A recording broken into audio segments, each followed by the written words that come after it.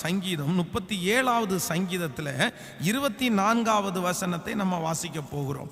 37ஆம் சங்கீதத்தை எடுத்துக்கொள்ளலாம். 37ஆம் சங்கீதத்திலே நாம் 24வது வசனத்தை நம்ம வாசிக்க போகிறோம். அவன் விழுந்தாலும் தள்ளுண்டு போவதில்லை, கர்த்தர் தமது கைகளினாலே அவனை தாங்குகிறார். 23, 24 நல்ல மனுஷனுடைய நடைகள் கர்த்தரால் உறுதிப்படும், அவனுடைய வழியின் மேல் அவர் பிரியமாயிருக்கிறார். அவன் விழுந்தாலும் தள்ளுண்டு போவதில்லை, கர்த்தர் தமது கைகளினாலே அவனை தாங்குகிறார். நன்றாய் கவனிங்க.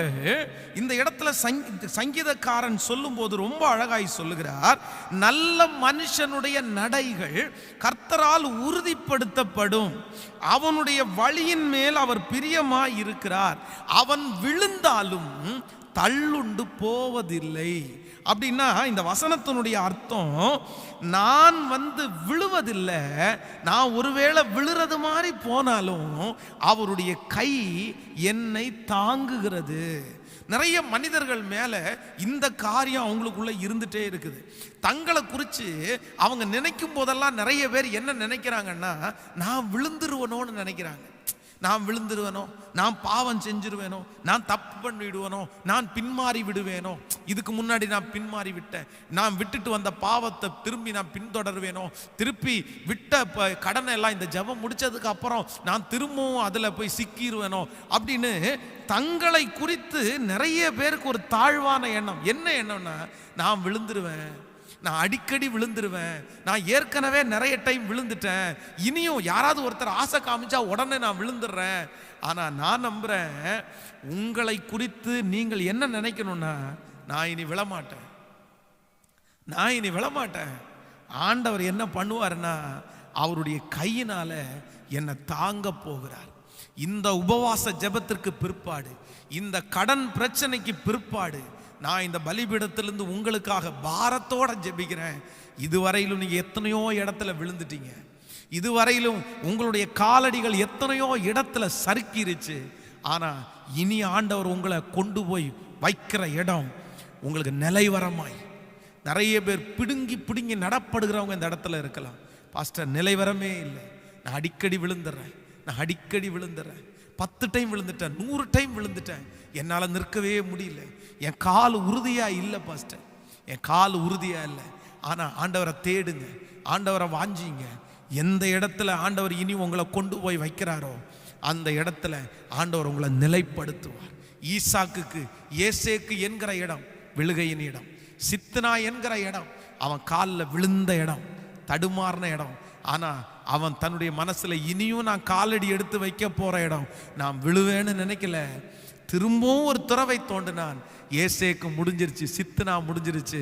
ரகபோத்தில் ஆண்டவர் அவனுடைய பாதத்தை உறுதிப்படுத்தினார், அவன் காலடிகளை உறுதிப்படுத்தினார்.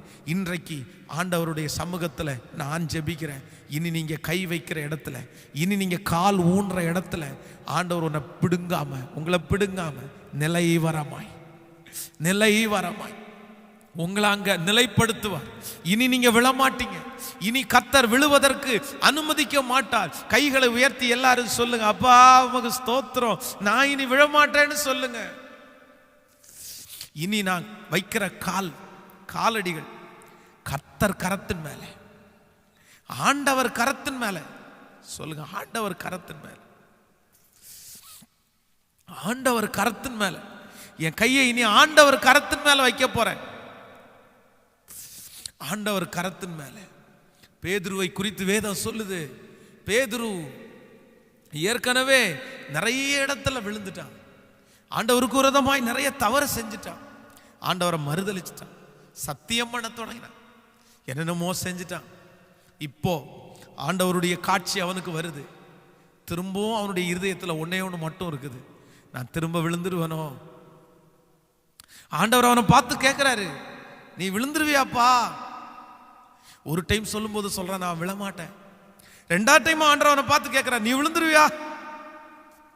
ஆனா அவனே ஒரு தடுமாற்றத்தோடு சொல்றான், நீங்க தான்ப்பா அறிவீங்க. இல்லப்பா, இல்ல இல்ல, அந்த பேதுரு தான் கடைசியில ஆண்டவரை போல என்ன சிலுவையில் அடிக்காதீங்க, என்னை தலைகீழா அடிச்சிருங்க. கடைசி வரைக்கும் ஆண்டவருக்காக இரத்த சாட்சியாய் மரிக்கிறவனாய் ஆண்டவர் அவனை திடப்படுத்தினார். இந்த ஜெபத்தில் இருக்கிற நிறைய பேருக்கு ஆண்டவர் இந்த வசனத்தை தீர்க்க தரிசனமா சொல்றாரு. மகன், இதுவரைக்கும் நீங்க விழுந்துட்டீங்க, மகா இதுவரைக்கும் நீங்க விழுந்துட்டீங்க, இப்போ கூட உங்க மனசு நான் விழுந்துருவேனோன்னு நீங்க ஒன்றும் இல்லை, ஆண்டவர் உங்க காலடிகளை நிலைப்படுத்துவார். நீங்க விழமாட்டீங்கன்ற நம்பிக்கை, உங்களை குறித்து ஒரு நினைவு, இனி நான் விழமாட்டேன், ஆண்டவர் என்னை தாங்குவார். ஆமேன்னு சொல்லுங்க.